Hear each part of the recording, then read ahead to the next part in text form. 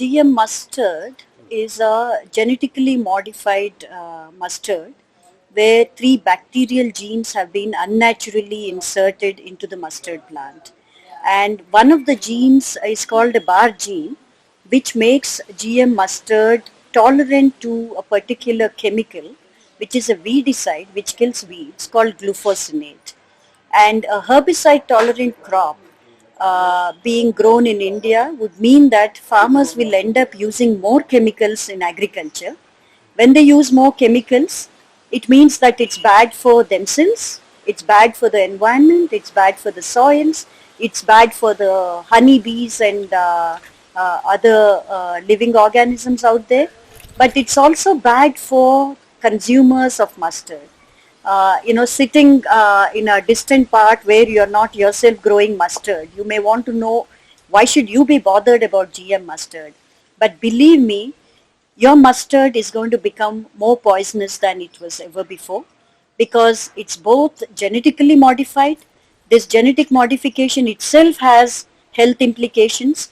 On top of it, this is a herbicide tolerant mustard which will bring higher chemical residues of a toxin into your food. So you better start thinking about what will go into your everyday seasoning. There's hardly any kitchen in India which doesn't use mustard on a daily basis. And if you're sitting in a state like Punjab, please do think about what will happen to your favorite sarson da saag. Your mustard leaves will be, doused with chemicals. And this genetic modification allows the plant to withstand higher use of chemical directly on the plant. And this will have implications for farmers, for agricultural workers, as well as consumers. If we want to give benefit of doubt to policymakers and the ones who are going to take a final decision on this GM mustard, which is apparently the Minister for Environment and Forests, if we want to give them the benefit of doubt, one could say that they've fallen for the false claims of GM mustard developers and the proponents, because they've been claiming that this will improve India's mustard yields, and if yields go up, we don't have to import so much edible oil into the country, and that will save precious foreign exchange from going out of the country. These are the claims. On the other hand, let's also not forget that the corporate power of corporations involved in promoting GM technology is pretty strong. They have enormous lobbying power, and they have enormous stakes in wanting to sell GM seeds. Let's remember the technology is such that they can make money by selling seeds, associated chemicals, and tomorrow if you have health problems like cancer, they can even sell that medication and make money. These same entities make business out of all these things from both farmers and consumers. So they must be also heavily lobbying for this.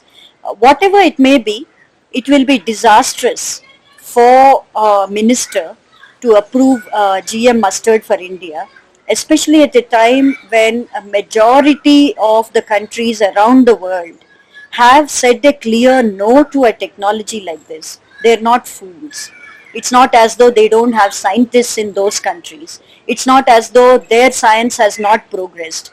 Interestingly enough, in those countries which have said no to GM, like the UK, France, Germany, Russia, and so on, rapeseed mustard yields, which is the kind of mustard that we're talking about, it's a variant of that, are actually far higher than the only 3 countries that have opted for GM mustard, which is GM canola, in this world. And they use a non-GM technology. Even China uses non-GM hybrids. In India too, we have non-GM hybrids. We also have other possibilities for improving our yields, including methods like system of mustard intensification. So it would be both foolish and treacherous if our policymakers actually approve GM mustard. And this can be prevented only if citizens assert their right. These ministers, this government has come there because we voted them to power. They better listen to us. They even promised to us. BJP in its manifesto in 2014 actually promised that it will not allow such GM foods without long-term scientific scrutiny. And that has not been taken up on this GM mustard. More importantly, this GM mustard is not needed at all. So they should put a stop to this. This application should be rejected immediately. I think we should remember that public research in this country is not necessarily determined by citizens expressing their needs and preferences and saying that we want this, we want that, because these are the conditions. And if we have limited resources, like you're pointing out, 100 crores is not a small amount. And if we have limited resources, where should they be prioritized and spent first is something that we all should be able to determine collectively. But today, the Indian public research system is not accountable and doesn't function quite in that manner. Research priorities are not set by citizens. It's individual researchers who are able to sell particular research ideas who get to access these public funds, and that happened with GM mustard too.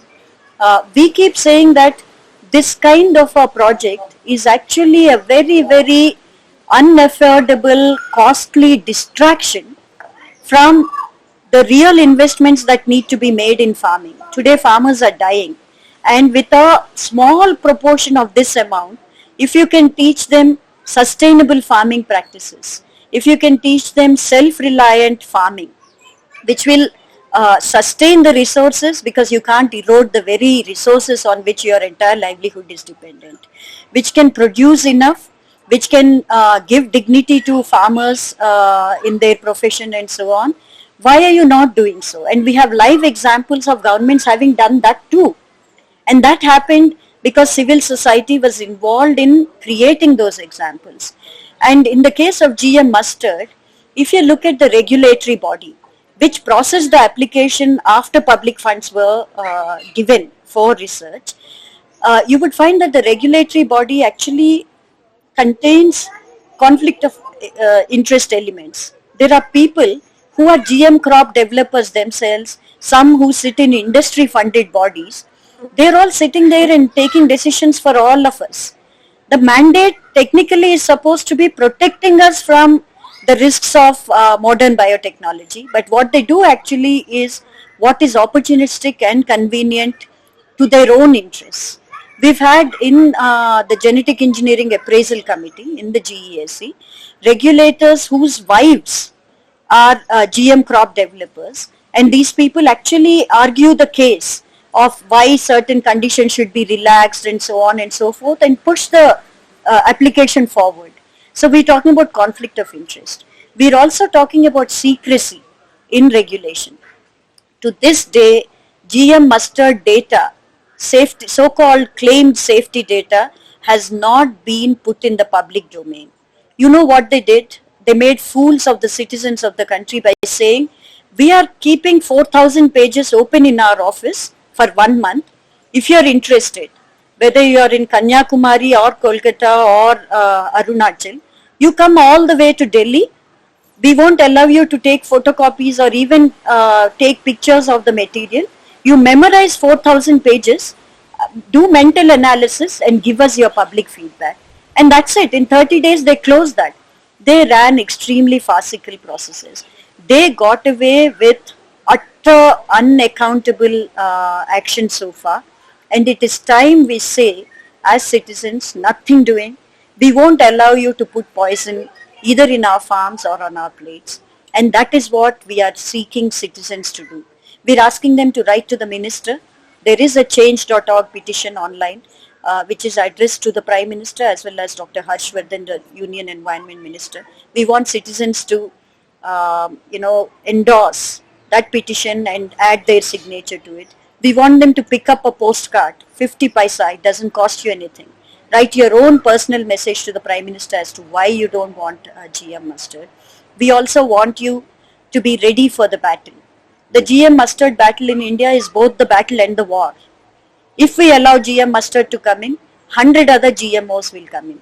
So you better be aware that if we don't stop it, We are talking about poisoning our food for all time to come.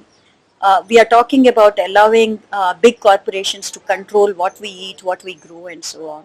So we want citizens to join Sarson Satyagraha. It is truly a satyagraha. It's a fight on the scientific integrity that needs to be upheld in decision making like this. It's a fight about our future.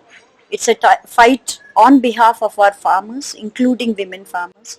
We want citizens to come with us. In the media debates related to something like this, like GM mustard or GM crops in general, we find a strange picture emerging that the national media, especially the national English media, has this fascination for a certain kind of modernity, modern agriculture, modern technology. They think this is modern, whereas the rest of us are talking about postmodern. They've not even caught up with postmodern yet. So they are fascinated with this. But if you see what the vernacular media is doing, if you look at Kannada papers, the kind of opinion piece space that they give, the channels, if you look at Tamil papers and so on, because they are still rooted in the reality of rural India, because their correspondents as well as their readers are very much cognizant of what's happening in the agricultural world of the country, you will find their understanding of the issue being very, very different from the national English media. It's the national English media which actually has to change its perspectives. It should understand the roots of the agrarian crisis in this country. Then they will be able to trace back what these so-called technologies have actually done to farmers. How have they added to indebtedness? How have they increased cost of cultivation without a promise of return? How they have actually polluted our resources? The English media and the national media have a lot to pick up from the vernacular media, and we need media to debate within itself today. And even if the mainstream media doesn't pick this up, we find, thankfully, that citizens are picking up social media and new media, and they know how to use it to assert their citizenship, and that is where we are asking them to use all the tools at their hand to communicate to decision makers that they have to reject GM mustard or they face citizen resistance, which they will.